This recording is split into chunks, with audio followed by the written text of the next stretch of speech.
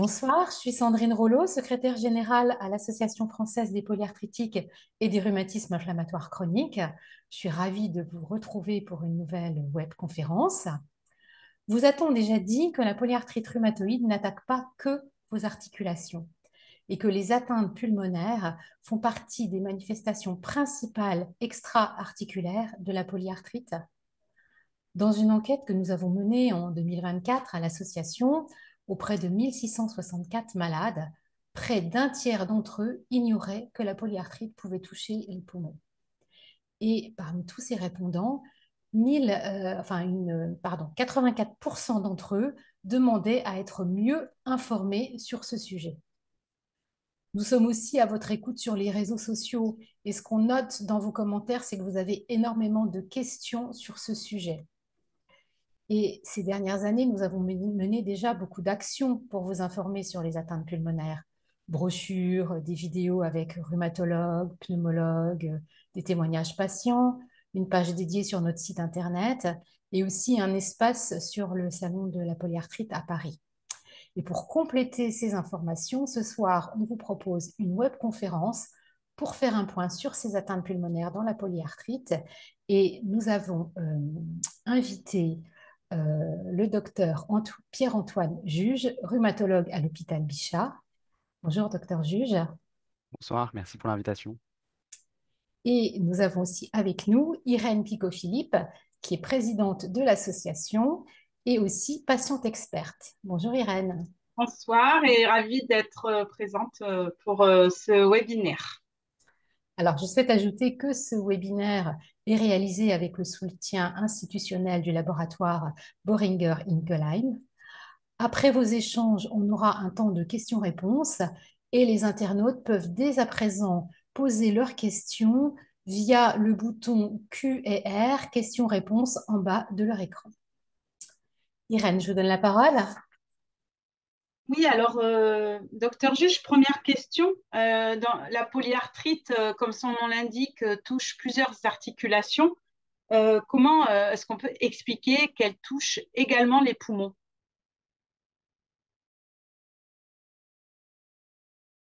C'est mieux avec le son. C'est une très bonne question et c'est encore tout un domaine de recherche assez passionnant. Je pense que tout est d'abord parti de l'identification dans la polyarthrite rhumatoïde de certains facteurs de risque environnementaux. Et ça, c'est mon chef de service qui le rappelle tout le temps, qui sont inhalés. Quand on dit qu'ils sont inhalés, bah, il y a le tabac, qui est le plus facile parce qu'il est assez facile à codifier et à bien étudier, investiguer. Mais il y a aussi de manière un peu plus ancienne ou hors de France, la silice, qui reste quand même une possibilité de facteur de risque de développer une polyarthrite rhumatoïde, notamment dans les populations à risque des mineurs et des choses comme ça.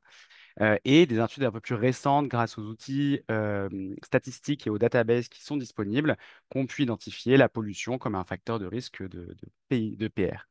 Bah, ça montre bien qu'en tout cas, les poumons semblent être un organe clé pour le développement d'une polyarthrite rhumatoïde. Après, la deuxième chose qui est venue, c'est les anticorps des polyarthrites rhumatoïdes, donc les fameux anti-CCP, les facteurs rhumatoïdes. En fait, ces anticorps-là, ils sont présents dans le sang des patients bien avant le début des symptômes. Et d'ailleurs, ils peuvent être présents sans jamais qu'il y ait de polyarthrite, hein. Quand on dit polyarthrite, il faut toujours qu'il y ait une arthrite, une inflammation de l'articulation. Et des fois, il y a des patients qui ont les anticorps, qui peuvent même avoir des douleurs sans arthrite, mais sans jamais développer la maladie. Et donc, c'est notamment des études qui ont été faites chez les donneurs de sang, on s'est rendu compte que des patients qui développaient la polyarthrite à un certain moment, mais qui avaient donné leur sang avant, eh ben, ils avaient déjà des anticorps sans la maladie. Et ce qu'il faut retenir, c'est que dans ces anticorps, les premiers à sortir, c'est des immunoglobulines de type A et des IgA. Et en fait, ces IgA, on les retrouve principalement dans les muqueuses. Et donc, ça nous a aussi orienté sur le fait de dire qu'un des premiers euh, lieu de déclenchement de l'auto-immunité de l'APR, c'est vraiment ces muqueuses. Donc, ça peut correspondre tout à fait aux muqueuses respiratoires, aux bronches, et ça paraît logique. Mais il y a aussi pas mal d'hypothèses sur des problèmes de microbiome au niveau digestif, mais du coup, qui nous intéresseront un peu moins pour ce soir avec les poumons. Et donc, c'est pour ça qu'on pense que le lieu de naissance des anticorps de la polyarthrite, ça reste les muqueuses et notamment le poumon. Après, ce qui nous manque un peu dans l'équation, c'est qu'est-ce qui va se passer pour que ces anticorps se multiplient, se diversifient et puis vont entraîner une inflammation qui est particulièrement importante au niveau des articulations. Et ça, il reste encore de comprendre ce deuxième trigger. Il reste encore un peu de travail à faire. Un trigger, qu'est-ce que c'est? Excusez-moi. C'est un élément qui va déclencher. Par exemple, on sait que dans le lupus, d'autres maladies inflammatoires, le fait de s'exposer au soleil ou d'avoir une infection par certains virus comme le BV, ça va déclencher le début de la maladie ou des poussées. Et c'est Alors, si je résume ce que vous venez de nous expliquer, si je comprends bien, il y aurait des facteurs de risque qui seraient communs entre la polyarthrite rhumatoïde et une inflammation pulmonaire, en fait. Et même au-delà de cela, une inflammation au niveau des poumons pourrait être la cause des atteintes pulmonaires, comme si l'inflammation des poumons avait lieu avant les atteintes inflammatoires des articulations. C'est un peu ce... Exactement. Et pour vous aider à comprendre peut-être un peu mieux le cheminement, les anticorps antipeptides citrulinés, donc c'est des Donc, ceux peptides, qui des servent au protéines. diagnostic, les anti-CCP qui servent au diagnostic Exact, de la qu'on dose chez polyarthrite. les patients. Dans les patients, c'est des anticorps qui sont spécifiques. C'est votre corps qui a développé des anticorps anti-protéines citrulinées, alors que normalement, elle ne devrait pas. La citrulination, c'est un phénomène qui est totalement normal et physiologique chez l'être humain, qui survient dans certaines situations, notamment d'inflammation, notamment d'agression. Et donc, on va trouver cette citrulination particulièrement importante dans les poumons, et notamment des poumons qui sont exposés à certains toxiques comme le tabac, la silice, la pollution. Donc il y a une certaine logique, même si on n'arrive pas à le démontrer encore tout à fait parfaitement, mais il y a une certaine logique à croire que toutes ces agressions du poumon, elles vont favoriser la citrulination et des protéines. Et chez certains patients qui pourraient être génétiquement ou épigénétiquement ou qui pourraient avoir un système immunitaire qui va particulièrement être efficace, eh ben, on va retrouver cette formation d'anticorps antipeptides citrulinés contre ses propres protéines de soi. La question qui nous manque encore, hein, j'insiste, hein, je pense que c'est important, surtout en ce moment, on peut avoir des anticorps anti-CCP sans polyarthrite rhumatoïde. Et donc, ce qu'on ne comprend pas, c'est qu'est-ce qui va amener finalement un jour à développer une, voire plusieurs arthrites, inflammation de l'articulation. Donc, le poumon est enflammé, il favorise la production des anticorps anti-CCP, mais ce n'est pas pour cela qu'on va développer ultérieurement une polyarthrite rhumatoïde. C'est bien ça? Exact, exact. Et je pense que c'est une information qui est importante à retenir dans un monde où on peut faire des anti-CCP de manière assez facile et que le Vous voulez dire, diagnostic. au contraire, vous voulez dire doser, en fait. Exactement, ouais. Mm. Donc, ça veut dire que beaucoup de personnes peuvent aller au laboratoire et voilà, on peut leur prescrire les anticorps anti-CCP. Mhm. Et c'est pas parce qu'il y aura déjà des anticorps anti-CCP qu'il y aura forcément une polyarthrite. Exactement. Surtout que, bon, c'est un autre sujet, mais en ce moment, on travaille beaucoup sur la période avant la PR. Et donc, des gens qui commencent à avoir des douleurs et qui ont ou des gens qui ont de la famille, qui ont de la PR, s'ils commencent à avoir des douleurs dans les articulations, on peut facilement leur faire doser les anti-CCP et de manière génétique, on va les retrouver de manière plus fréquente chez des gens qui ont une polyarthrite rhumatoïde. Mais tant qu'il n'y a pas d'inflammation des articulations cliniques, c'est difficile de porter le diagnostic. Pour revenir aux poumons, donc là, on voit le lien qu'il y a entre l'inflammation des poumons et la polyarthrite rhumatoïde. Est-ce que ce lien de l'inflammation pulmonaire, il existe aussi dans d'autres rhumatismes inflammatoires chroniques? Alors, oui, oui, oui, oui. Par exemple, si on reste dans le domaine des maladies auto-immunes systémiques, donc par exemple la sclérodermie, on va avoir un peu les mêmes facteurs génétiques environnementaux. Alors, c'est pas les mêmes, mais on va avoir une similitude dans la contribution, enfin, l'association de la génétique et de l'environnement. Et cet risque de développer une paire associée à la silice, qui s'appelle le syndrome de Kaplan, pour la polyarthrite rhumatoïde, on va avoir, ça a été décrit par des médecins il y a fort longtemps, et ben, dans la sclérodermie, les sclérodermies favorisées par la silice va s'appeler le syndrome d'Erasmus. Donc, dans les maladies auto-immunes systémiques, c'est connu. Dans les autres types de rhumatismes inflammatoires tels que la spondylarthrite, je ne pourrais pas vous dire. C'est plutôt le microbiote digestif qui là qui est vraiment mis en cause, avec des anomalies du microbiote, des anomalies au niveau du système immunitaire, au niveau de la barrière intestinale. Et donc, pour revenir au sujet qui nous intéresse ce soir, donc cette inflammation des poumons, est-ce qu'elle peut se manifester par de véritables atteintes pulmonaires avec des symptômes, etc. Alors oui, mais on ne connaît pas encore tout. Je pense que quand même, il faut retenir il y a une majorité des polyarthrites rhumatoïdes qui n'ont pas d'atteinte pulmonaire, alors qu'elles ont bien dû déclencher des anticorps antipeptides citrullinés quelque part. Et je pense que c'est un peu une conjecture de plusieurs choses qui fait que cette inflammation pulmonaire, elle va progresser, elle va devenir fibrosante et elle va devenir problématique.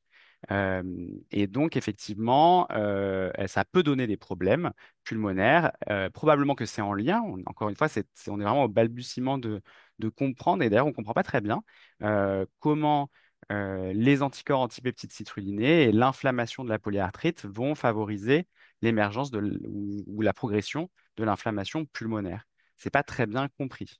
On le sait indirectement parce qu'on a on sait que si on traite bien, on met bien la maladie en rémission, on a moins de chances de développer une pathologie pulmonaire interstitielle ou qu'elle progresse, mais c'est pas encore très bien compris sur le plan moléculaire. Alors, dans ce que vous dites, je comprends que l'étape ultime, ça serait la fibrose pulmonaire, l'étape où le poumon serait le plus touché. Et vous, est-ce que vous pouvez nous donner un peu les noms Bien sûr.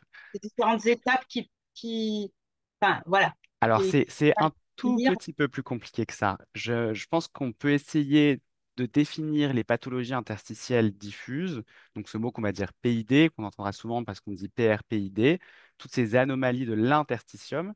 Donc, l'interstitium, c'est... Hmm. Je vous ai pas. L'interstition, oui, qu'est-ce que c'est? Eh bien, faut comprendre que normalement, on ne devrait pas dire les problèmes pulmonaires, on devrait dire les problèmes respiratoires.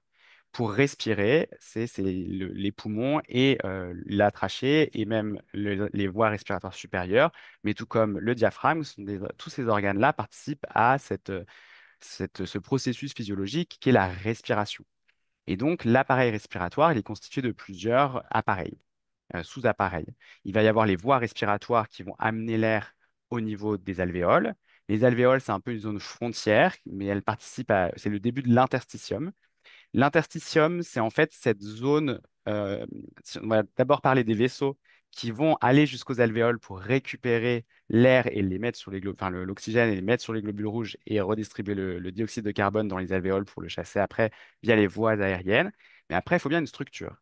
Une structure qui va être composée d'une matrice extracellulaire, en fait, ce qui se passe entre les cellules, mais également de cellules qui vont un peu chapeauter, manager cet appareil-là et qui vont lui donner sa structure. Il faut que ce soit souple, il faut que ce soit élastique, il faut que les cellules puissent se circuler, il faut que les alvéoles soient en bonne santé et il faut aussi euh, oui, qu'il n'y ait pas de destruction de cet appareil-là. Ça, c'est l'interstitium.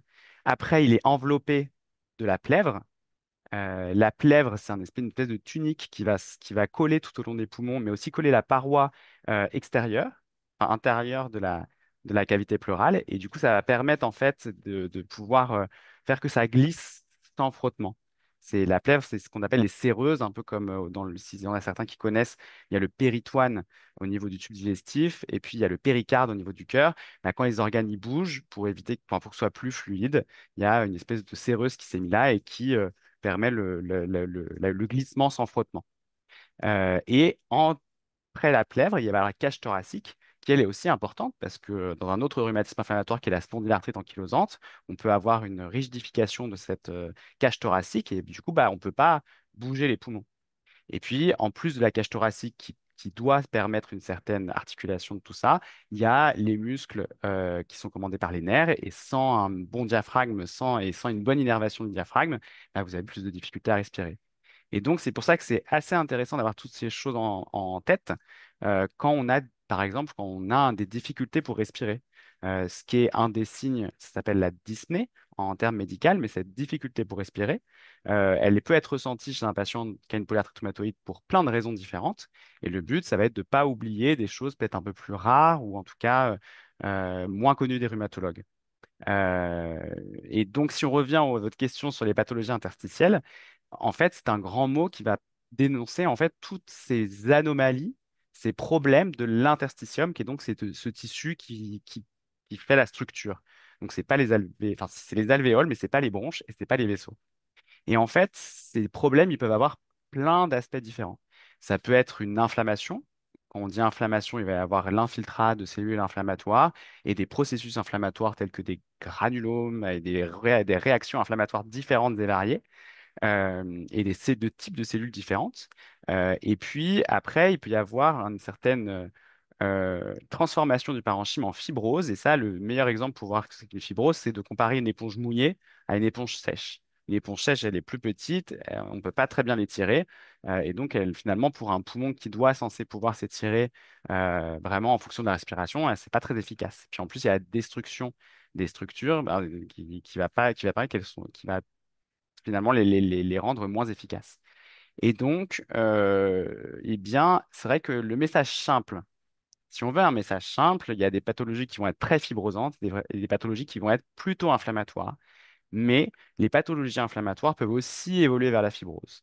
Et si on veut reprendre les termes exacts, je pense que ce qu'il faut pour nos auditeurs et les patients, c'est peut-être avoir cette conception de la pneumopathie interstitielle commune, la PIC, qui est cette forme très fibrosante. Si on ne retrouve aucune cause à ce sous-type de pathologie, elle va s'appeler la fibrose pulmonaire idiopathique, sans cause. Mais sur un plan histologique et même génétique, c'est très proche de ce qu'on voit dans la polyarthrite.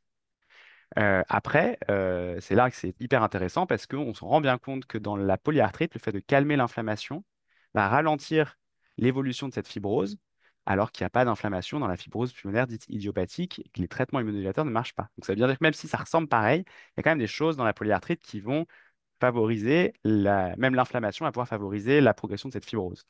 Et puis dans les formes Traitement marché, ça montre que vraiment il y a un lien entre cette fibrose interstitielle diffuse qui est liée à la polyarthrite.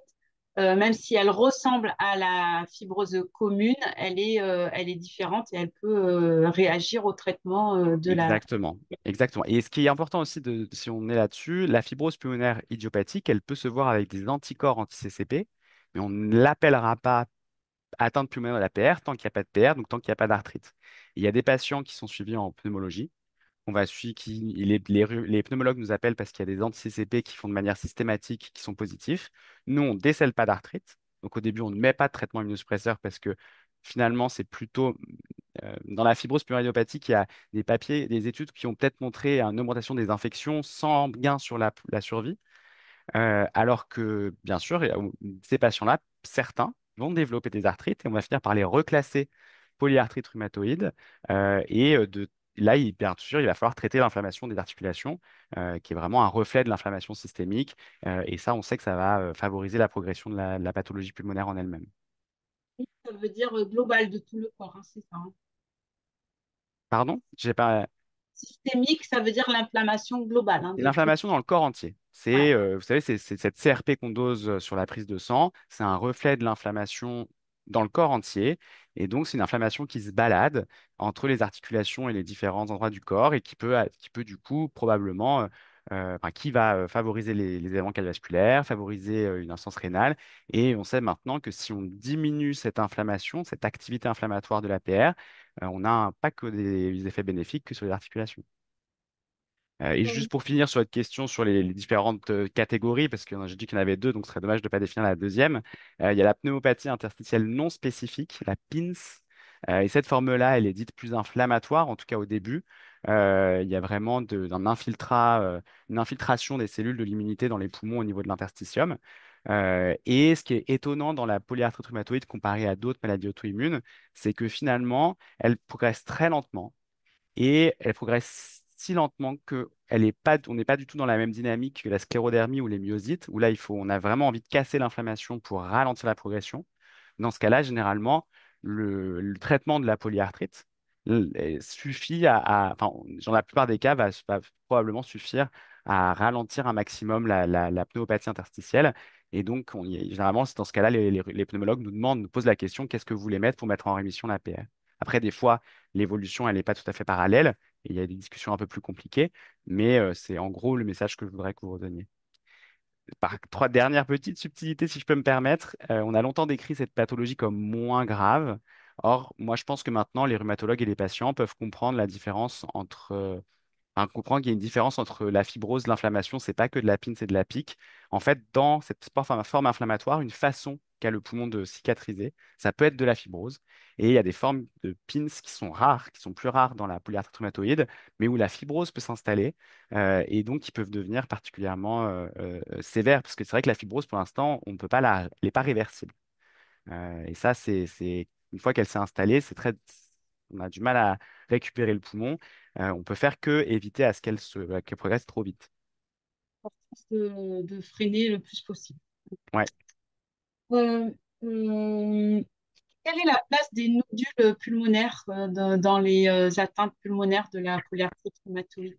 Alors c'est très bien de le poser à ce moment-là parce on va le garder dans les pathologies interstitielles parce que finalement, un nodule rhumatoïde, c'est une réaction inflammatoire assez caractéristique. C'est-à-dire que si on prend une petite boue, une biopsie et qu'on la regarde au microscope, les anatomopathologistes ils vous disent c'est du nodule rhumatoïde. Ce qu'on ne sait pas, et même dans la peau et dans les poumons, on ne sait pas, on n'a pas beaucoup de pistes sur pourquoi il y en a dans la polyarthrite. Et c'est encore un des grands mystères de la polyarthrite, on ne les comprend pas très bien. Donc j'aurais du mal à répondre à cette question. Ou Mais il y a des patients qui ont des boules et d'autres qui n'en ont pas. et par contre, ce qui peut être assez rassurant, alors faut le garder en tête, c'est que le fait d'avoir des nodules rhumatoïdes au niveau des membres de la peau, c'est associé au fait d'avoir des nodules rhumatoïdes au niveau des poumons. Parce que c'est toujours un peu inquiétant d'avoir des nodules rhumatoïdes au niveau des poumons. Après, en fonction de leur forme et le fait qu'il y en ait sur la peau aussi, c'est quand même des fois assez rassurant. On peut s'aider d'examens comme un PET scanner qui va regarder l'inflammation de ces nodules pour aussi voir si l'inflammation n'est pas trop importante, ce qui voudrait quand même nécessiter de faire une biopsie. Mais quand même, la plupart du temps, avec l'ensemble des résultats des scanners de la clinique, on arrive un peu à faire la part des choses entre quelque chose d'infectieux cancéreux ou un nodule rhumatoïde. Et généralement, les pneumologues savent très bien quand est-ce qu'il faut faire une biopsie ou pas. Et enfin, dernière question, est-ce qu'il y a des pleurésies qui sont associées à la polyarthrite Et et effectivement, c'est encore plus rare que les pneumopathies interstitielles. Il n'y a que des balbutiements d'explication. Et la meilleure que j'aurais à vous donner, c'est que les pneumologues décrivent ça comme des tout petits nodules rhumatoïdes qui sont au niveau de la plèvre. Et il faut savoir que quand ils s'ouvrent sur la plèvre, ils déversent un espèce de liquide qui va aller s'accumuler dans la plèvre. Et donc, de manière similaire, on va les voir plus fréquemment chez des patients qui ont des nodules rhumatoïdes à l'intérieur des poumons. Et c'est encore des travaux je dirais, qui sont pas très bien développés, parce que ça, c'est vraiment très rare, et deux, parce que même si les patients ont des pleurésies, donc un épanchement pleural de l'eau entre les deux plèvres au niveau des poumons, généralement, ils sont très bien tolérés, et ça pose que peu de questions thérapeutiques. pouvez-vous nous donner une proportion en fait de ces atteintes pulmonaires Bien dans sûr. la polyarthrite rhumatoïde? Et ben, c'est pour ça qu'on a travaillé dessus assez récemment, c'est que l'avènement des scanners qu'on fait maintenant de plus en plus fréquemment et qui sont de plus en plus précis change la donne. Avant, on ne faisait pas beaucoup de scanners et donc on avait finalement les radios thoraciques, c'est quand même un très mauvais examen de dépistage de pathologie pulmonaire débutante. Et donc, finalement, on pouvait faire une estimation de celles qui allaient avoir un impact sur le plan de la clinique, des signes cliniques, des symptômes et donc ceux qui allaient entraîner une toux ou des difficultés à respirer. Et celles-là, bah, ça veut quand même dire qu'elles sont suffisamment importantes pour entraîner des symptômes. Elles sont assez étendues pour entraîner des symptômes. Et donc, on considère que ces formes cliniques, elles vont représenter à peu près 10% des patients. Maintenant qu'on fait des scanners à tout le monde, et on a eu la chance de pouvoir, alors pas à tout le monde, je dis ça un peu en rigolant, mais par exemple, nous à l'hôpital Bichat, c'était un souhait de développer la recherche là-dessus. Et on sait que maintenant, en plus, les scanners sont quasiment à même irradiation qu'une radio thoracique et sont quand même bien plus précis pour les informations qu'on cherche, à savoir des pathologies débutantes asymptomatiques. Et donc, on a décidé de faire ce scanner de manière un peu systématique, même si c'est pas recommandé. C'est à la limite de la recommandation. Donc, on a réussi à le faire passer en soins du malade. Et d'ailleurs, les nouvelles recommandations de la Société française de rhumatologie qui ont été présentées en 2024 maintenant incluent le scanner. Donc, on est même plus, on est totalement dans les recommandations. Et ce scanner, bah, en fait, permet de revoir à la hausse les atteintes pulmonaires. Ce qui est aussi rassurant parce que ça veut dire qu'il y a plein d'atteintes pulmonaires qui vont rester asymptomatiques. Et donc ça aussi, une chose importante à prendre en compte quand on se fait diagnostiquer une atteinte pulmonaire de la PR, c'est suis-je symptomatique? Est-ce que l'atteinte est si importante que ça, elle entraîne des symptômes? Et la deuxième question, c'est est-ce qu'elle est étendue ou pas sur le scanner? Et vraiment, on voit une grande différence de diagnostic, alors qu'on a encore du mal un peu à mettre en évidence. Il y a quelques études qui l'ont montré, mais je trouve qu'en France, comme on fait ce scanner systématique, on va vraiment avoir des bonnes données qui vont vraiment pouvoir nous vraiment déterminer, euh, enfin, je pense réassurer les patients sur ces anomalies interstitielles qui vont intéresser le scientifique sur le plan de la science. Ce sera d'autant plus intéressant quand on pourra identifier les patients qui vont progresser de ceux qui ne vont pas progresser. Il y a eu des petits progrès récemment, mais c'est encore un peu difficile. Mais voilà, il ne faut pas être inquiet si on voit le diagnostic de PID. Et ça a vraiment changé dans les 10 ans. Quand j'ai commencé à travailler à Bichat, on avait vraiment des patients très sévères qu'on diagnostiquait tardivement. Et maintenant, la plupart des patients, on voit qu'en calmant la maladie, en plus avec l'avènement de beaucoup de traitements dans la polyarthrite rhumatoïde qui permettent quand même d'avoir une diminution de l'inflammation bien plus, chez beaucoup plus de patients qu'avant. Je trouve que c'est assez rassurant pour pour l'atteinte pulmonaire de la PR. Et puis aussi l'arrivée des traitements un peu plus spécifiques, même si on a encore un peu des progrès à faire dans la polyarthrite rhumatoïde et ses atteintes interstitielles. Alors là, vous parliez des symptômes. Quels sont les principaux signes qui doivent alerter en fait les patients? Alors, ce qui est un peu dommage dans la polyarthrite, c'est qu'on les diagnostiquait tard. Un, parce que les rhumatologues n'étaient pas sensibilisés. Deux, parce que les patients non plus. Et trois, il y a quelque chose qui était ni de la faute des rhumatologues, ni de la faute des patients, c'est qu'on parle toujours de cette difficulté à respirer. Sauf que cette difficulté à respirer, elle survient quand on fait des efforts. Et quand on a une polyarthrite, eh ben, on bouge un petit peu moins que les autres. Et donc, on va s'en rendre compte un peu moins vite que les autres, à un moment où finalement, sur le scanner, elle aura été elle est plus étendue. Et donc, il y a un petit retard diagnostique qui est pas prouvé, mais on a l'impression qu'il est là.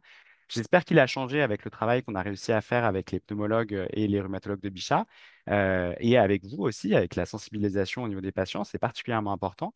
Et d'ailleurs, c'est une partie des... Comme là pour justement Et bien sûr, former les patients et qu'ils puissent en parler à leur médecin traitant et à ouais, leur... et d'ailleurs, c'est grâce à ça, donc c'est marqué dans les recommandations, il faut éduquer le patient et je pense que c'est vraiment important parce que le rhumatologue, il va pas forcément y penser et puis il va pas forcément poser les bonnes questions. Les bonnes questions, moi, ce que je demande à mon patient, c'est est-ce que vous êtes capable de faire les mêmes efforts que l'année dernière ou qu'il y a 6 mois? Et si vous n'en êtes pas capable, est-ce que c'est à cause de la respiration? Parce que si ça peut être problème d'articulation ou autre chose. Mais il faut essayer de faire la apparition entre non, je suis essoufflé. Je suis essoufflé quand je montais 2 étages, alors qu'avant, je pouvais en faire quatre. Ça, c'est un des signes. Et c'est un des premiers signes auxquels il faut peut-être alerter son médecin traitant, son rhumatologue, son pneumologue. Il y a plein de raisons d'avoir des difficultés à respirer, mais en tout cas, il faut savoir pourquoi.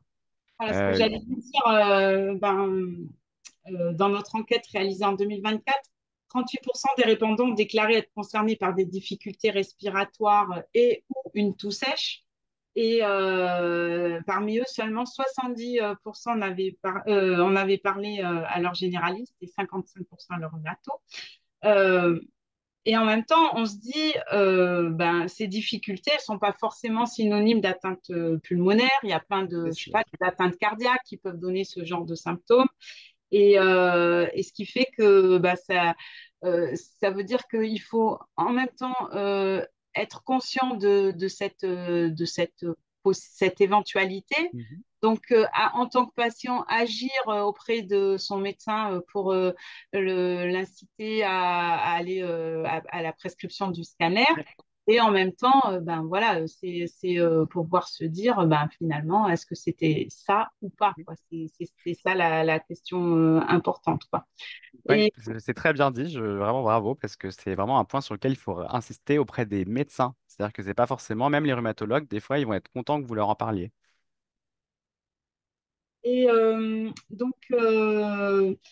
donc là, quand ces signes sont présents, le diagnostic, vraiment, c'est le scanner, hein, si j'ai bien compris, hein.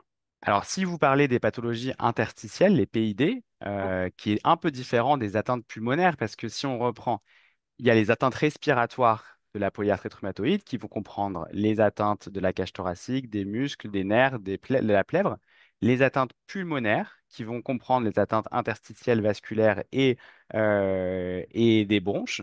Et puis, il y a les atteintes pulmonaires interstitielles, où là, on rentre vraiment dans l'interstitium. Et c'est pour ça que c'est intéressant d'être précis, parce que bah, les rhumatologues et les patients enfin, moi, j'ai la chance de travailler avec des pneumologues tous les jours et d'avoir fait des stages là-bas, mais c'est des nuances qui ne sont pas tout à fait connues et donc respectées et qui peuvent entraîner quand même des incompréhensions. Et donc, si votre question, elle concerne les atteintes interstitielles, effectivement, Respiratoire et plus particulièrement interstitielle. et ben, si on reprend un peu, en fait, il y a trois façons d'évaluer. Il y a trois façons faciles d'évaluer la fonction des poumons, la fonction respiratoire en pneumologie. Il y a les symptômes. Est-ce que vous avez des symptômes? Donc, il y a la toux, il y a la difficulté à respirer. On va pouvoir parler des crépitants, ça, c'est le médecin qui va ausculter. Mais bon, l'auscultation, c'est très difficile de voir l'évolution des crépitants, donc elle ne va pas forcément rentrer en compte dans le suivi. Mais en tout cas, au début, si on entend des petites anomalies au stéthoscope, bah, ça va aussi faire partie des signes qu'il faut peut-être aller faire des examens. Et donc, ces signes cliniques qui sont finalement par rapport à la rhumatologie où il y a plein d'articulations et il y a plein de façons d'avoir mal, bah, en pneumologie, c'est est-ce que la respiration a changé? Est-ce qu'elle est moins bonne ou est-ce qu'elle est mieux? Est-ce qu'il y a de la toux? Après, le scanner va donner une information assez intéressante parce qu'elle est visuelle. Donc en fait, on va voir ce qui se passe. On va voir ce qui se passe, puis on voit ce qui se passe partout. Donc on voit dans chaque côté du poumon, on va voir vraiment la localisation. Les radiologues vont décrire avec les signes radiologiques, ils vont pouvoir la définir. Et on a de la chance dans les maladies auto-immunes. La description scanographique, elle respecte globalement la description histologique si on faisait une biopsie. Parce que si ça ne respectait pas, on serait. De la cellule, hein, c'est ça. Hein. Exactement. Et parce que si ce n'était pas le cas, pour faire la différence entre une fibrose et de l'inflammation, bah, il faudrait faire des biopsies, il faudrait prendre des bouts de poumon à tout le monde. Et là, on a de la chance, notamment dans la polyarthrite, en plus parce qu'il n'y a pas forcément, enfin, le traitement est pas encore très codifié en fonction de l'aspect scanographique. Et donc, finalement, enfin, du type d'atteinte pulmonaire. Et donc, même si on a un scanner ou même le radiologue hésite, finalement, ça ne va pas changer grand-chose dans la prise en charge. Mais le scanner donne de très bonnes informations, et notamment sur les signes de fibrose qui peuvent être associés à la sévérité. Ça, le scanner pourra très bien vous dire, avec un radiologue expérimenté, on peut très bien vous dire s'il y a des signes de fibrose ou pas. Ça va aussi montrer les autres organes, les vaisseaux, la plèvre, voir s'il n'y a pas des infections, des cancers. Ça va donner aussi plein d'informations qui ne sont pas forcément en lien avec la polyarthrite rhumatoïde. Les lésions du tabac aussi, on va pouvoir voir de l'emphysème, des choses comme ça. Mais ça ne nous donne pas vraiment la fonction respiratoire, la fonction, c'est-à-dire que comment votre poumon est capable d'assurer une certaine fonction. Et ça, c'est la troisième partie des épreuves, c'est des épreuves respiratoires fonctionnelles, où on va demander aux patients de souffler d'une certaine manière, qui vont nous permettre de comprendre quels sont les volumes mobilisables. Donc, il y a différentes parties de l'examen, mais on peut comprendre les volumes. On va voir aussi comment fonctionnent les bronches. Et puis, on va voir aussi quelle est la qualité de la diffusion à travers l'alvéole. Et pour voir si cette alvéole, elle peut être détruite, il peut y avoir des cellules immunitaires qui bouchent le chemin, il peut y avoir une embolie pulmonaire qui bouche le chemin des globules rouges. Enfin, il y a tout plein de choses qui vont pouvoir être mis dans son ensemble et pouvoir mieux définir le type d'atteinte et pourquoi il y a les symptômes. Et c'est vrai que dans les pathologies interstitielles, le scanner est particulièrement important parce que je vous disais, c'est l'examen le plus sensible pour voir le début de la fibrose et notamment les nouveaux scanners sont très efficaces pour voir des mini-fibroses. Donc maintenant, on se retrouve avec des mini PID, des PR, mais c'est ça qui est intéressant, c'est d'essayer de comprendre qui va après développer une vraie PID. Mais on trouve des petites informations alors qui peut être difficile à entendre pour les patients. Et c'est vrai que je vais être un peu rassurant. Si les anomalies sont vraiment minimes, ne vous imaginez pas tout de suite avec de l'oxygène, une transplantation, et c'est beaucoup plus compliqué que ça. Et c'est vraiment le suivi évolutif qui va permettre d'évaluer s'il y a une progression ou pas, quoi. Scanner, il reflète assez fidèlement ce qui se passe au niveau du tissu. Hmm. Et avec le progrès du scanner, on fait un dépistage très précoce maintenant. Et puis la Et multiplication, parce qu'avant on n'en faisait pas beaucoup, maintenant à oui, chaque fois, enfin aux urgences on fait plus de radiothoracique, on fait que des scanners, donc forcément on ouais, trouve des choses. Il y a aussi quelque chose que les patients vont devoir avoir, probablement dans la polyarthrite vont avoir plus souvent, c'est des scanners de dépistage du cancer pulmonaire chez les patients qui ont fumé, et on sait que nos patients fument plus que la population générale. Donc ça aussi, ça va amener à dépister plus d'anomalies pulmonaires et respiratoires de manière générale. C'est marrant parce que je peux faire une petite aparté aux États-Unis, quand j'étais aux États-Unis, et qu'il y avait des consentements à la recherche où on faisait des scanners qui n'étaient pas indiqués sur le plan de la clinique, donc qui étaient faits vraiment à but de recherche. Il y avait dans le consentement tout un paragraphe sur toutes ces petites anomalies qu'on pouvait détecter, qui pouvaient impacter le patient un, parce que c'est angoissant, deux, parce que ça prend du temps avant de s'assurer que ce soit rien, trois, parce qu'en fait, il faut faire plein d'examens pour s'assurer que ce soit rien. Et en fait, ce stress, cette charge mentale, elle était vraiment indiquée aux patients, et notamment parce qu'aux États-Unis aussi, bah, la recherche prenait en compte l'argent pour la recherche. Mais après, nous, on n'a pas ça, mais il fallait que la mutuelle du patient accepte, et l'assurance du patient accepte de payer les examens qui allaient en découler. Donc, il y a ce côté aussi de coût de santé qui fait très peur. Alors, en France, ça fait pas peur aux patients parce que ça, tant mieux, et j'aimerais que ça reste comme ça le plus longtemps possible. C'est pas forcément le coût des examens qui fait peur aux patients, mais ça fait peur à notre système de santé, notre gouvernement qui voit la multiplication des fibroscopies bronchiques, des biopsies, des machins. Après, c'est particulièrement, enfin moi je vois en pneumologie où les patients ont des scanners thoraciques assez régulièrement pour suivre l'évolution de leur fibrose. Finalement, il y a plein de patients chez qui on découvre des scanners, des cancers pulmonaires à un état encore de guérison et qui, avec une chirurgie simple, sans chimiothérapie, sans radiothérapie, guérissent de leur cancer. Donc finalement, ce dépistage, il est très attendu des oncologues chez les patients à risque. Voilà, ce dépistage de plus en plus précis et de plus en plus précoce, il permet aussi d'améliorer la prise en charge, mais ça n'empêche pas que ça occasionne du stress pour les nombreux patients C'est qui ça. Parce que des fois, il y a sont... des nodules qui sont pas cancéreux, puis des fois, c'était une fausse alerte, et puis on refait des scanners tous les 6 mois, et ça, bah, chacun est comme il est, et il y a des gens qui vont très mal le vivre. Alors là, vous venez de parler du tabac. Là, tout à l'heure, on parlait des facteurs de risque de ces atteintes pulmonaires et de la polyarthrite. Donc, parmi les profils à risque, moi, j'ai compris qu'il y a les personnes fumeuses, il y a les personnes qui sont exposées à la silice. Je pense que c'est plutôt d'ordre professionnel. Des personnes qui sont, alors d'après ce que je vous disais tout à l'heure, c'est plutôt dans le domaine de la recherche encore, exposées à des polluants atmosphériques, je ne sais pas moi, des gens qui vont vivre dans des grandes métropoles par rapport à des personnes qui vivent voilà, au fin fond des Alpes, voilà, ça sera un peu différent. Si je comprends bien, voilà, ces profils-là qui seront particulièrement à risque à la fois de polyarthrite rhumatoïde et à la fois d'atteinte pulmonaire associée à la polyarthrite, c'est ça? Exactement. Ce qu'on a à peu près réussi à faire dans la polyarthrite, dans la l'attente pulmonaire interstitielle de la polyarthrite, même s'il reste encore plein de choses à découvrir, ce qu'on avait, c'était les données cliniques de nos patients. Et donc, on a pu comparer les patients qui n'avaient pas d'attente pulmonaire interstitielle à ceux qui en avaient une et définir des facteurs de risque, un peu comme dans la PR, entre des gens qui n'ont pas de polyarthrite et des gens qui en ont une.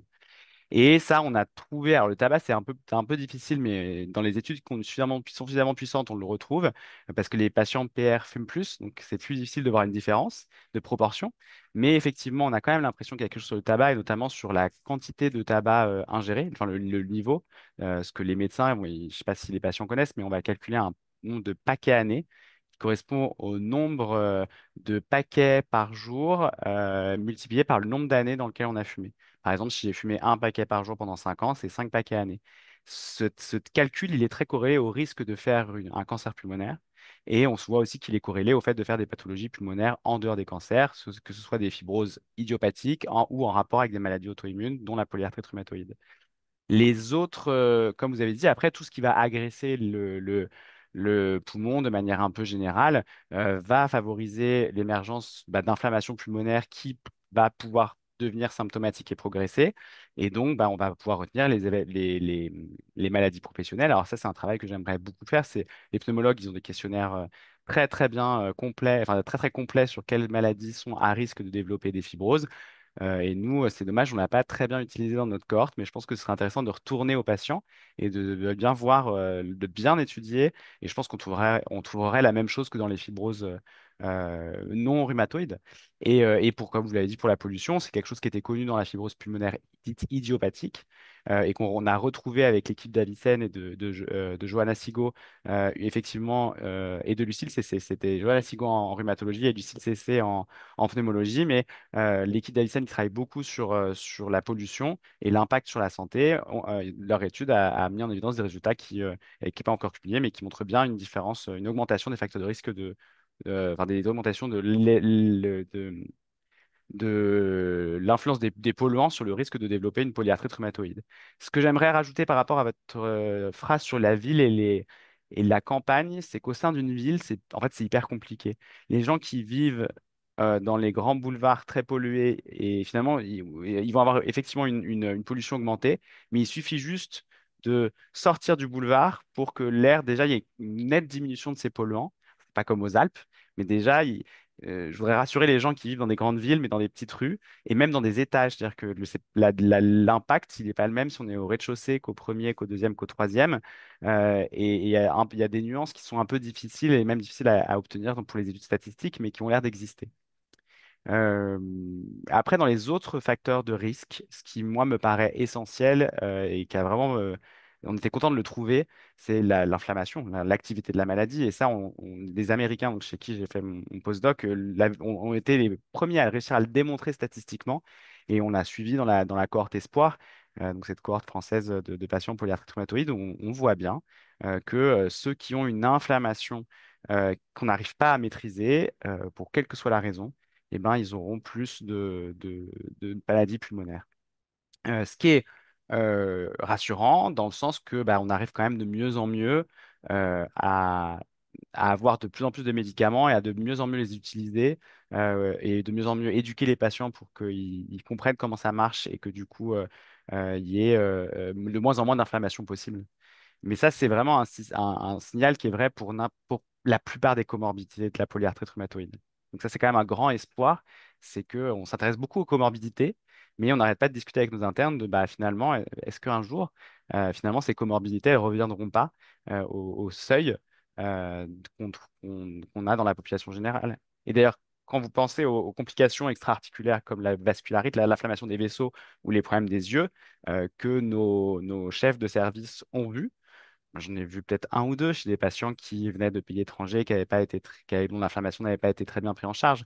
Mais c'est quand même très rassurant sur une amélioration de la santé globale des patients atteints de polyarthrite rhumatoïde. À l'inflammation en général. Donc, ça veut dire que quand on pose le diagnostic d'une atteinte pulmonaire chez une personne qui a une polyarthrite rhumatoïde, la prise en charge, elle va consister en termes de traitement à adapter le traitement enfin le traitement de fond De la de polyarthrite, la effectivement. polyarthrite de manière à ce qu'il traite aussi l'inflammation des poumons. Donc, j'imagine qu'il y aura peut-être des ajustements à faire entre le pneumologue et le rhumatologue de manière à ce qu'on obtienne Exactement. la meilleure réponse possible. Et euh, dans cette prise en charge, j'imagine aussi qu'il va y avoir des mesures préventives en fait de manière à éviter une évolution délétère. Vous avez beaucoup parlé du tabac, donc je suppose que de même qu'on incite les patients fumeurs qui ont une polyarthrite rhumatoïde à réduire, voire à arrêter leur consommation de tabac de manière à réduire l'inflammation pulmonaire, mais en général, et à favoriser l'efficacité de leur traitement de fond. Mhm. De la même manière, j'imagine ça va aller de pair pour les actes. Exactement. Exactement. Alors, ce qui est difficile, c'est que en tant que scientifique, on n'en a pas la preuve. Comme je vous disais, il y a beaucoup de choses qu'en fait, qui sont difficiles à montrer sur le plan de l'épidémiologie. Comme la polyarthrite rhumatoïde, ça reste quand même une maladie pas forcément fréquente, qu'en plus, les gens, ils arrêtent généralement de fumer. Donc, les gens qui ont continué à fumer, il y en a encore moins. Et puis, c'est une maladie qui progresse très lentement. Donc, de voir une différence entre les fumeurs et les non-fumeurs, bah, pourrais pas vous le prouver, mais effectivement, de toute façon, ça paraît logique de le proposer et de guider le patient parce qu'en fait, c'est pas, je pense que le proposer, c'est pas le plus dur, c'est en tant que non-pneumologue, de savoir comment guider les patients qui n'y arrivent pas. Et je connais quelqu'un de très bien dans la famille ça fait depuis que je la connais, qui n'y arrive pas. Et je pense que le plus grand problème, c'est la culpabilité qu'elle ressent par rapport à ça. Et notamment, elle avait très peur d'aller voir un pneumologue parce qu'elle avait peur de se faire engueuler. Mais ce qui est bien sûr, c'est que les pneumologues, maintenant, ils savent, les nouveaux pneumologues, les gynécologues qui sont un peu plus sensibles, ils vont pas gronder. Ils sont pas là. Ils sont là pour comprendre quelles sont les difficultés et donner des clés pour y arriver, voire orienter vers un service de tabacologie ou d'addictologie si c'est trop difficile. Et là, vous allez avoir encore affaire des professionnels qui, c'est pas vrai, c'est pas votre faute. Il y a des gens qui arrivent très bien, des gens qui n'y arrivent pas. C'est multifactoriel et il n'y a aucune culpabilité à avoir là-dessus. Et surtout en début de maladie où c'est des fois des moments qui sont difficiles à gérer. C'est pas grave, on fera ça plus tard, on garde en tête. Et ça, par contre, il faut que le rhumatologue il le garde en tête et qu'on aborde le sujet, parce que tu as peut-être un jour où le patient sera un peu plus dans une partie de sa vie, un moment de sa vie où il sera plus en phase avec l'arrêt. Et puis, bah, si on rechute aussi, c'est pas grave. Si on n'a pas envie d'y arriver maintenant, ou si on veut pas, c'est pas grave. Le moment viendra, et c'est jamais de la faute du patient, ça c'est sûr. Vous encouragez les patients à oser aller voir le rhumatologue et à se laisser accompagner, se laisser guider et à se dire que chaque pas qu'ils auront fait sera toujours ça de prix, quoi. Mm. Et donc, mis à part cette orientation vers l'arrêt du tabac, est-ce qu'il y a d'autres moyens de prévenir les atteintes pulmonaires quand on a une polyarthrite? Alors là encore, je vais revenir sur les pathologies pulmonaires interstitielles qui sont le plus étudiées parce que les autres, elles sont encore plus rares et encore moins étudiées, donc j'aurais du mal à en parler. Et des atteintes pulmonaires liées à l'APR, hein, entendons-nous bien, parce qu'on n'a pas parlé, mais aussi, juste, on faudra peut-être qu'on tâche touche un petit mot sur celles qui sont liées au tabac, par exemple. Et j'ai vu qu'il y avait des commentaires là-dessus. Mais effectivement, traiter l'inflammation, c'est le principal. Je suis assez content parce que jusqu'à maintenant, on avait des études qui étaient assez faibles statistiquement parlant et qui nous empêchaient d'utiliser tout ce qu'on voulait, et notamment les anti-TNF-alpha qui sont la première ligne habituelle du traitement, parce qu'il y avait des études sur des faibles effectifs qui étaient faibles sur le plan statistique, qui montraient une surmortalité par rapport à d'autres traitements. Maintenant qu'on a accès, encore une fois, à des grandes bases de données et qu'on a des épidémiologistes de plus en plus performants, on arrive à libérer les études de certains biais, des erreurs qui sont liées à des choses que le statisticien n'avait pas prévues. Et elles sont très rassurantes sur l'utilisation des traitements. Et je pense qu'il y a pas- il y a deux moments du traitement. Il y a le moment où, en fait, il faut que le rhumatologue mette la PR en rémission parce que le poumon n'est pas un problème. Il n'est pas encore symptomatique ou il ne progresse pas. Et donc, du coup, bah, on va gérer l'inflammation du mieux qu'on peut et on va peut-être essayer de voir si ça suffit. Chez les patients chez qui ça suffit pas, si ça progresse malgré la mise en rémission, ou si c'est sévère d'emblée avec des patients qui sont particulièrement une fonction particulièrement basse et ou un scanner particulièrement étendu et très symptomatique, là, c'est sûr que le rhumatologue doit laisser la main ou en tout cas discuter avec le pneumologue pour essayer de voir s'il n'y a pas un intérêt de mettre tel ou tel traitement. Mais ça, c'est aussi des questions d'experts et on a très peu de preuves de ce qu'on fait. Et ça, enfin, quand j'assiste au staff de pneumologie, alors que nous, en rhumatologie, tout est hyper bien montré avec des études et des essais cliniques. En pneumologie, c'est des maladies qui sont tellement rares et hétérogènes que et ils ont vraiment du mal à montrer des preuves. Et c'est là où c'est vrai qu'on est un peu plus embêté et qu'on aimerait avoir des grosses études internationales qui nous montrent bien quel traitement pourrait être plus efficace que l'autre. Mais pour l'instant, ils ont tous l'air, malgré ce qu'on en a dit, d'être bien tolérés sur le plan pulmonaire. Quand même un petit bémol sur les inhibiteurs de JAK qui ont montré quand même un tout petit peu plus de risque de cancer par rapport aux anti-TNF-alpha, mais à l'échelon individuel, c'est pas grand-chose, mais c'était significatif quand même chez des patients fumeurs, plus de 50 ans, enfin plus de 50 ans et notamment fumeurs. C'était une étude qui s'intéressait à cette population particulière. C'est par rapport à des anti-TNF-alpha. Donc, entre les deux, il faut mieux choisir un anti-TNF-alpha. Après, contre de l'inflammation qui continue à se dérouler malgré, parce qu'on n'a pas osé mettre un traitement, je ne sais pas ce qui est le mieux entre un traitement, un inhibiteur de JAK et laisser l'inflammation parler. Et ça, on n'a pas les études qui le montrent. Et sachant qu'en plus, après, il y a des études épidémiologiques, donc pas des essais cliniques, hein, mais des études épidémiologiques sur des bases de données avec des données récoltées au fur et à mesure, des études de vraie vie, qui n'ont pas retrouvé ce signal forcément pour tous les épisodes de Jack. Mais voilà, c'est la seule petite bémol, c'est que quand même, on a quand même eu ce signal qui existe. Donc, c'est peut-être pas le premier traitement qu'on va pouvoir proposer, et d'autant plus que la l'HAS l'a déremboursé en première intention. Enfin, si on n'avait pas, oui, si on n'avait pas utilisé l'anti-TNF-alpha. Anti-TNF, enfin. Euh, sur le, donc le, sinon, donc là, vous expliquez bien que quand la maladie pulmonaire est installée, la main va être quand même laissée au pneumologue. Bah, Ouais. disons qu'on va demander au pneumologue est-ce qu'il n'y a pas une bonne solution ou est-ce qu'on n'y a pas, ou est-ce qu'on n'a pas raté quelque chose. Après, il n'y a pas forcément de bonne solution, mais il faut au moins donner la chance au pneumologue de dire ce qu'il a, s'il a une opinion, de lui laisser lui dire par son expérience. Généralement, enfin, moi j'ai le souvenir, en fait, il y a quelques molécules comme le rituximab par exemple, qui est bien utilisé par les pneumologues pour d'autres causes de pathologies interstitielles associées à des maladies auto-immunes comme les myosites, la sclérodermie ou les connectivites mixtes. Et il y a des études qui montrent bien que le rituximab, ça marche, ça ralentit la progression pulmonaire. Mais c'est des maladies qui sont très différentes de la polyarthrite, de l'atteinte pulmonaire de la polyarthrite. Et donc, c'est pas que ça marche dans l'un que ça va marcher dans l'autre. Mais comme il y a cette expérience, par exemple, il y a certains pneumologues qui sont quand même un peu rassurés de le proposer.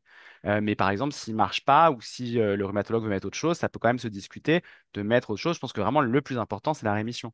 Donc, si le rituximab ne marche pas sur les articulations, bah, ça vaut le coup de discuter avec le pneumologue, dire bah, un, mon patient a mal, deux, mettre trop de corticoïdes, ce ne sera pas bien, et trois, est-ce qu'on ne pourrait pas trouver un autre traitement? Et c'est des discussions d'experts qui sont assez difficiles, et généralement, ces cas-là sont discutés en discussion, de décision multidisciplinaire avec des radiologues, des pneumologues, des rhumatologues, des médecins de médecine interne, des fois des médecins d'anatomopathologie s'il y a des résultats de biopsie. Mais voilà, c'est une décision qui est pas facile et qu'on prend à plusieurs. Euh, Avant de passer aux questions-réponses, parmi les personnes qui ont eu accès à nos supports d'information, les contenus les ont incités à se faire vacciner pour 83% d'entre eux, donc en particulier contre le pneumocoque. Pratiquer davantage d'activité physique pour 78%, parler de leurs symptômes à leur rhumato, 77,5%, arrêter ou diminuer le tabac, 70%. Après, comme on vient de le dire, on sait bien que c'est pas toujours évident de se mettre à pratiquer une activité physique, à diminuer le tabac, surtout quand on veut faire ça tout seul dans son coin. Et donc, rappeler qu'il est possible de se faire accompagner, soit par un tabacologue, comme vous l'avez précisé, par un kiné ou un professionnel de Et santé exactement, il y a physique. les programmes d'activité physique adaptés maintenant qui peuvent être proposés où il y a une évaluation médicale et rééducationnelle, enfin médicale d'ailleurs, qui permet en fonction de la pathologie et de ce que le patient est capable de faire ou pas au début, bah, d'adapter la rééducation. Ce qu'il faut comprendre, c'est que quand même, on a besoin des muscles pour respirer et que si on ne fait pas beaucoup d'activité ou en tout cas qu'on n'entretient pas son activité, bah, ces muscles respiratoires, ils vont moins bien marcher. Donc, on va encore avoir plus de mal pour respirer et il y a un effet de cercle vicieux qui est très bien montré dans les pathologies liées au tabac, de bronchite chronique, notamment de BPCO. Et chez certains patients qui ont ces problèmes de vraiment désadaptation à l'effort, c'est le terme technique, ils sont désadaptés pour faire un effort, donc ils sont essoufflés au moindre effort, pas à cause des poumons, enfin pas totalement à cause des poumons, mais à cause des muscles autour, et ben il y a certains programmes de réadaptation à l'effort qui peuvent être proposés. Alors c'est surtout dans la BPCO, mais voilà, après ça vaut le coup, en tout cas si par exemple, si on sent qu'on est particulièrement essoufflé alors que les épreuves fonctionnelles marchent, il y a montre pas de déficit du poumon en lui-même, que le scanner, la pathologie, elle n'a pas beaucoup progressé, et que si on a fait le tour, c'est pas le cœur, c'est pas autre chose, bah, des fois, il faut se poser la question, est-ce que ça peut pas être un peu de désadaptation? Et ça aussi vaut le coup d'en parler à un pneumologue parce qu'ils se connaissent très bien et ils savent les indications des différents programmes. Très bien. Bon, écoutez, merci beaucoup, docteur Juge. On va passer la parole à Sandrine pour rapporter des questions qui ont été posées. Alors, merci beaucoup pour toutes ces informations. Effectivement, votre présentation a suscité beaucoup, beaucoup de questions. Alors, on n'a plus beaucoup de temps, mais on va essayer d'en prendre quelques-unes. Est-ce que les symptômes de la fibrose peuvent être passagers et revenir par période? Alors, encore une fois, c'est des maladies qui sont très hétérogènes. Dans la PR, il y en a deux qui se distinguent, mais encore une fois, on peut en décrire plein d'autres. Il y en a certaines, notamment, typiquement une autre que je n'ose pas parler, qui est un peu plus rare, qui s'appelle la pneumopathie organisée. C'est des grosses inflammations qui vont disparaître avec des corticoïdes et qui vont des fois jamais revenir. La forme inflammatoire de la PR, on a, on a l'impression qu'on la calme. C'est pour ça que c'est intéressant de la diagnostiquer tout au début des symptômes, parce qu'on a l'impression qu'on la calme si la PR est mise en rémission. Mais par rapport effectivement à d'autres pathologies inflammatoires, où là, on voit vraiment des scanners qui se normalisent, c'est un peu moins le cas. On a plutôt l'impression d'avoir une maladie qui va être lentement progressive et qu'on a plus de mal à la récupérer. La fibrose, par contre, ça, enfin, pour l'instant, il n'y a aucun médicament qui permet de récupérer un poumon fibrosé. Et ça, c'est plus difficile, encore plus difficile.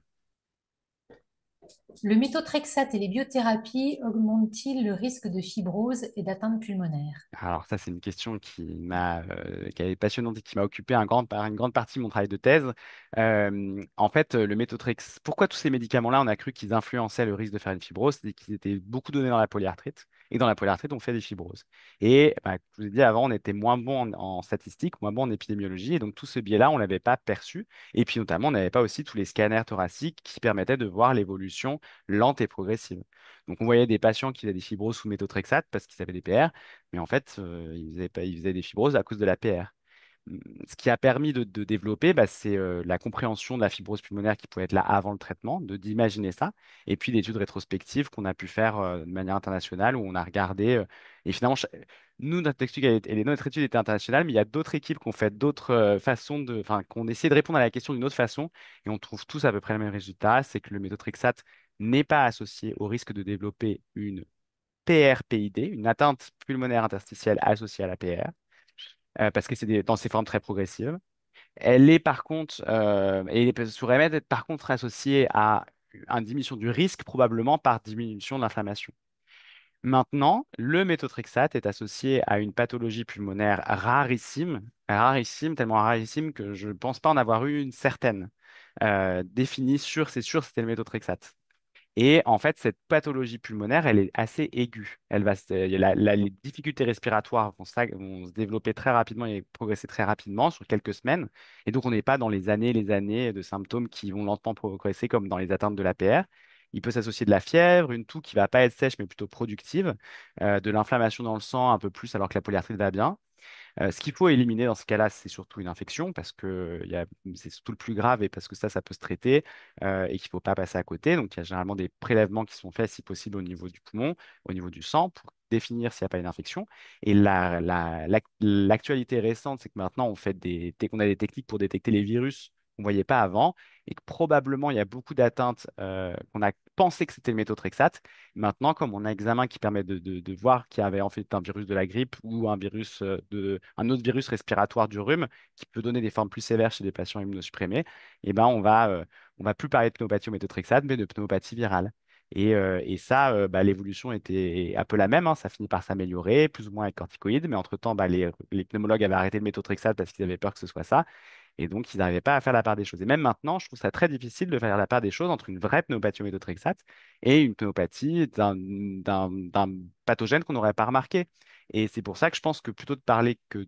Enfin, il faudrait introduire un peu des nuances possibles, certaines, probables. Ça pourrait être pas mal pour mieux comprendre cette pathologie qui est, je pense, en tout cas, certaines au méthotrexate, elles sont rarissimes. Et oui, bah, voilà. C'est tout le méthotrexate parce que c'est important. Pour les autres, je vous ai dit des gros biais de publication et finalement, toutes les publications récentes, elles sont très rassurantes sur l'impact des traitements immunosuppresseurs sur la survenue de maladies inflammatoires, enfin, sur la progression et la survenue de maladies inflammatoires. Et finalement, enfin, oui, c'est très rassurant. Alors, peut-on avoir une fibrose pulmonaire même si on ne voit rien au scanner? Alors, ce qui est difficile, c'est qu'actuellement, le scanner est l'examen le plus sensible. Donc, c'est celui qui nous permet le mieux.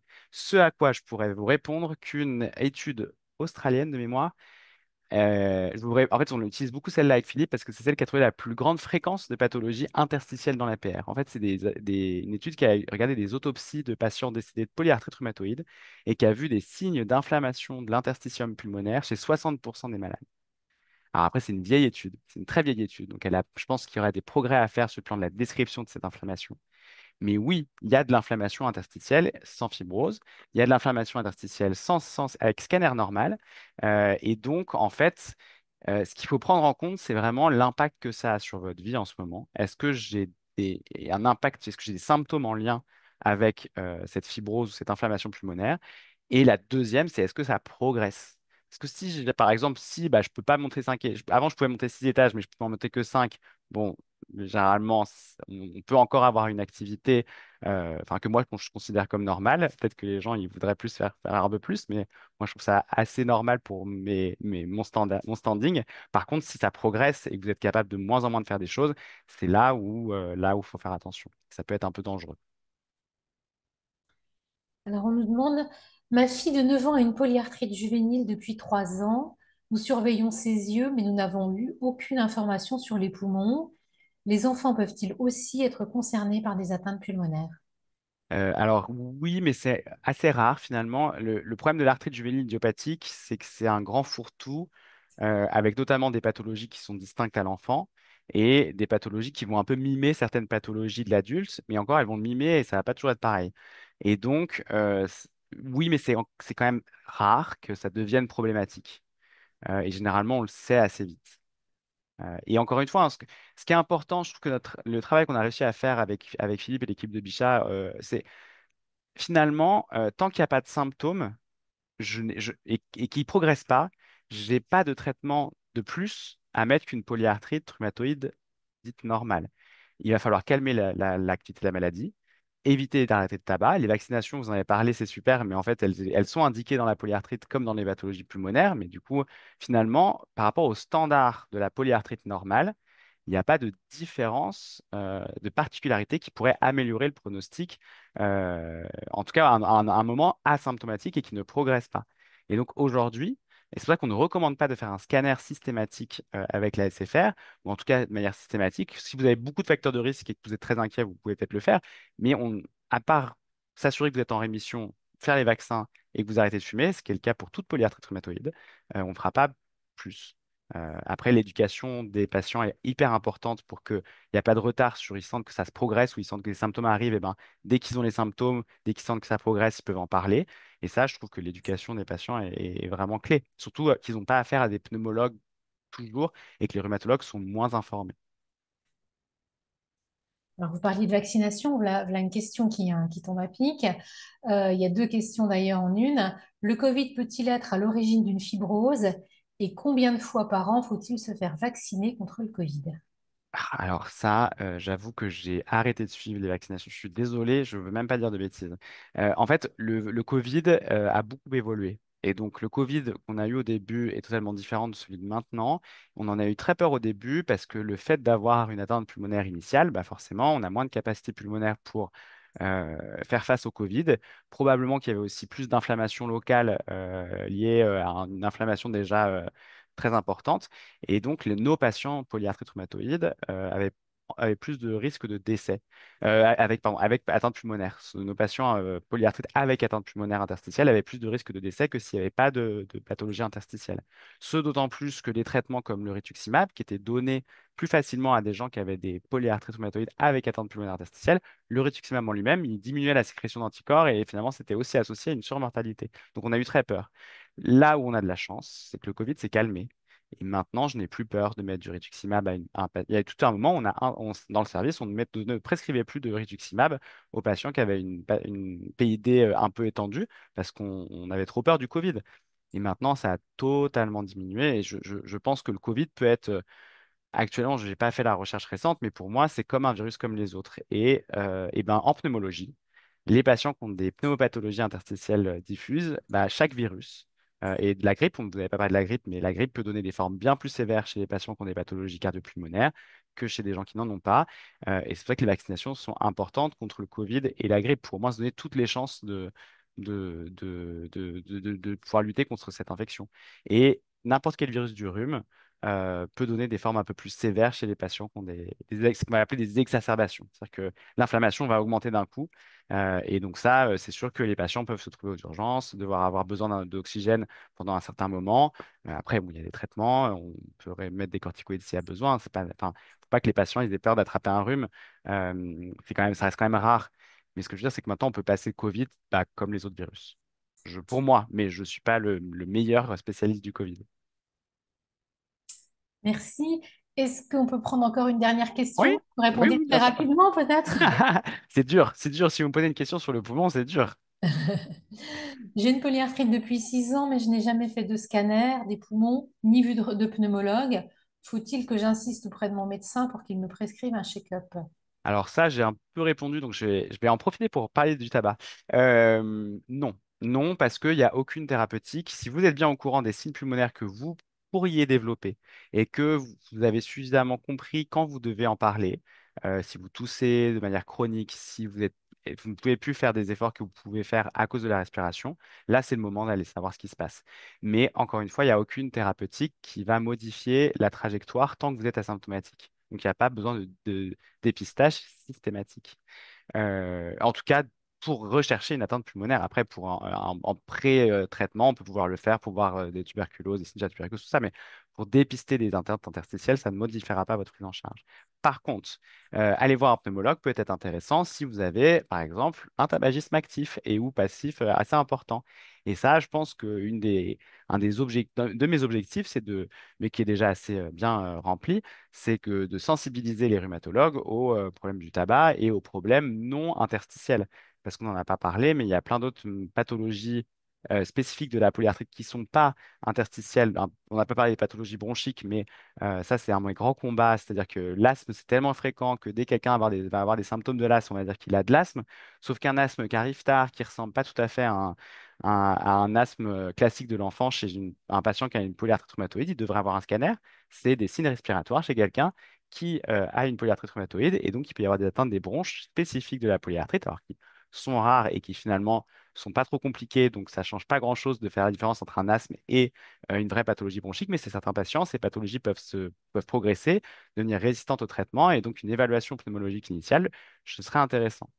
Et ça, c'est vraiment, j'aimerais bien savoir vraiment la part de asthme dans la PR qui n'est pas de l'asthme. Ça, j'y compte bien y arriver.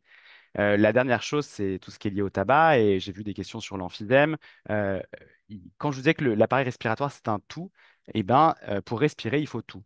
Et effectivement, si vous avez détruit vos alvéoles à cause du tabac et que les bronches, elles sont un peu plus enflammées, donc elles marchent moins bien, ou elles se compliquent d'infection, qu'il y a de l'inflammation liée à la PID, que vous faites une embolie pulmonaire, bah, tout ça, ça se rajoute sur le fait qu'au bout d'un moment, l'organe ne marche plus. Et vous êtes en insuffisance respiratoire. Et donc, il faut prendre le patient dans son ensemble et pas regarder qu'un seul bout du poumon et de l'appareil respiratoire, en l'occurrence. Merci beaucoup, docteur Juge. On vous sent passionné par ce sujet et c'est très agréable pour nous et je pense que c'est très agréable pour nos internautes. Donc, vraiment beaucoup. Merci beaucoup pour toutes ces Bah, merci pour cette informations. invitation et merci du travail de l'AFP et que c'est vraiment super. Enfin, les chiffres que vous donnez sont particulièrement donnent particulièrement d'espoir sur quelque chose sur lequel on ne travaille pas beaucoup, qui est l'éducation aux patients, l'accès aux informations et la meilleure gestion de sa santé par le patient. Mm. Merci. Merci beaucoup, Irène, aussi pour votre participation. Je remercie également le laboratoire Boehringer Ingelheim d'avoir apporté son soutien institutionnel à cette conférence. Il y a encore beaucoup, beaucoup de choses à dire et il y avait encore beaucoup de questions. Et j'invite tous les internautes à aller sur notre site internet. On a une page qui est entièrement dédiée aux atteintes pulmonaires dans la polyarthrite. On vous met le lien tout de suite dans le chat, comme ça vous pourrez aller voir. On vous donne rendez-vous au Salon de la polyarthrite à Paris les 10 et 11 octobre. Et là, on aura un espace dédié aux atteintes pulmonaires et vous pourrez poser vos questions à nos patients experts et même on aura un tabacologue qui pourra vous aider si vous avez besoin de conseils pour arrêter de fumer. Bien sûr, on vous invite à aller sur tous les salons de la polyarthrite en région parce que cette année, on aura encore 12 salons partout en France à l'automne. Et puis, en attendant, on vous invite à nous suivre sur notre page Facebook et sur notre nouveau compte Instagram. Là aussi, on diffuse régulièrement des informations. Donc voilà, on compte sur vous. Merci à tous et puis bonne soirée et passez un bel été. Au Bonne revoir. soirée, merci. Merci à Laïc Eric et merci au docteur Juge.